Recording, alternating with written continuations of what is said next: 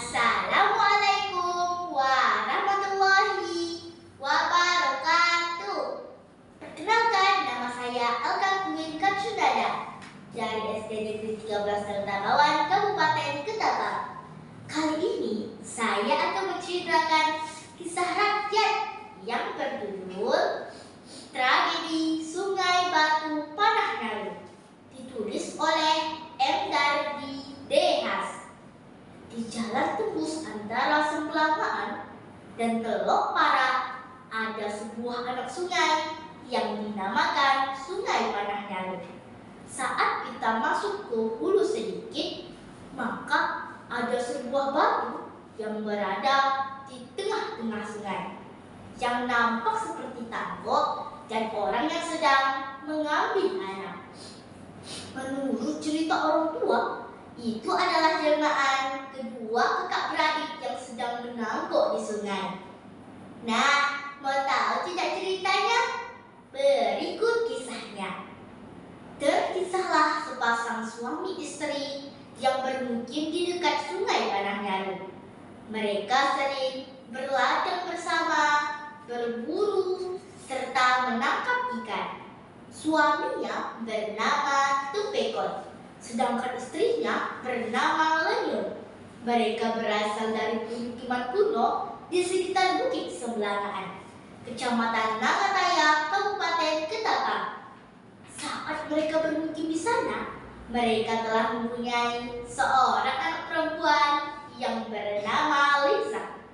Beberapa tahun kemudian, Lenyur melahirkan seorang anak laki-laki yang bernama Pujan, karena pusatnya yang menonjol keluar. Pada saat itu, Tupekon jarang pergi ke sungai. Ia hanya meletakkan bumbu di sungai. Oleh karena itu, sang kakak mengajak adiknya untuk pergi ke sungai dan menangguk ikan. Dek, ayo kita pergi ke sungai ya dek, kita tangkap ikan. Hah? Ke sungai ya kak? Aku mau. Kemudian mereka berdua pun pergi ke sungai. Sang kakak bertugas untuk menangguk, sedangkan adiknya bertugas untuk memegang umpan ikan. Wah dek, di sini banyak ikannya. Semoga dapat ya.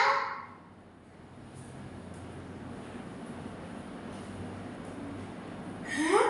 Ikan cucu lubang? Dek, kagak dapat dek. Kagak dapat ikan cucu lubang. Hah? Kakak dapat ikan cucu lubang? Hore! Akhirnya kakak dapat ikan cucu lubang.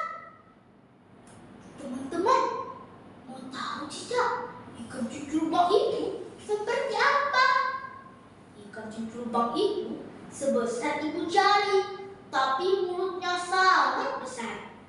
Nah, saat sang kakak memasukkan ikan cucu lubang ke dalam tempat ikan cucu lubang bukannya masuk ke dalam tempat ikan teman-teman, malah menggigit pusat adik yang menonjol keluar itu.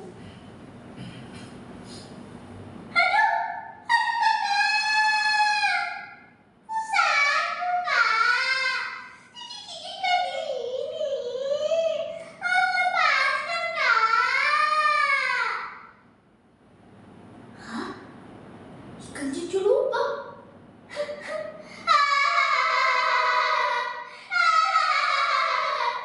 Ikan cucu lubang.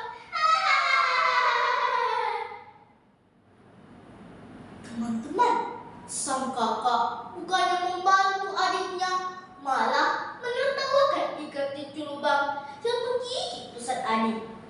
Tiba-tiba terdengar bunyi petir. Sehingga tangguh yang telah dipegang kakaknya berubah menjadi batu. Melihat itu, sang kakak cepat-cepat berlari sembari mengambil adiknya. Tangguh itu berubah menjadi batu. Jadi ayo dek, kakak ambil, kita lari. Tiba-tiba terdengar bunyi petir kembali. Sehingga kedua kakak beradik tersebut berubah menjadi batu sebagian. Mereka hanya bisa menggerak-gerakkan kepala saja.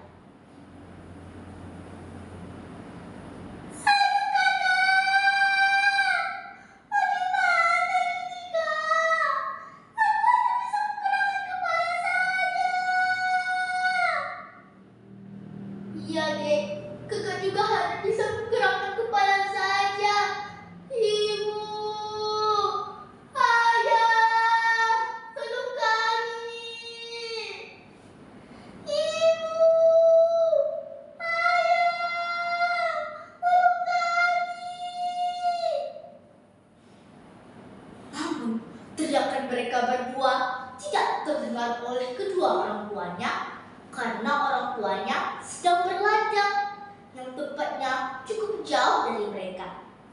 Tak lama kemudian, kedua orang tua tersebut pun pulang ke rumah. Tetapi betapa kagetnya mereka melihat kedua anak mereka tak ada di rumah. Oleh hal tersebut, mereka berdua semakin cemas. Aduh, bagaimana ini ya? Anak-anak kita tidak ada di rumah. Apa yang harus kita lakukan ya? Itulah Bu, ayah juga tidak tahu gimana anak-anak kita sekarang Bu. Aduh. Oh, ya lihat, tanggung yang kita simpan di situ tidak ada ya. Sepertinya anak-anak kita ada di sungai menangkap ikan ya. Oh, iya Bu, ayo kita ke sungai sekarang. Kemudian kedua orang tua tersebut pun mencari anak mereka ke sungai sembari memanggil-manggil anak mereka. Lisa, Pujan, di mana kalian nak? Lisa, Pujan, di mana kalian? Teriakan kedua orang tua tersebut terdengar oleh kedua kakak beradik itu. Tetapi mereka tidak bisa menjawabnya karena mereka telah kehabisan suara. Mereka hanya bisa menjawab panggilan orang tuanya dengan nada yang pelan. Saat kedua orang tua tersebut sampai di tepi sungai, terdengar samar-samar panggilan kedua kakak beradik tersebut. Oleh karena itu, sang ibu pun menghampiri kedua anak mereka. Lisa, Pujan, apa yang telah terjadi pada kalian berdua nak? Kenapa kalian berubah menjadi batu? Itulah Bu, tadi kakak menertawa ketika cincin lubangmu yang menggigit pusat adik. Tolong kami Bu. Oleh karena itu, sang ibu pun berdoa.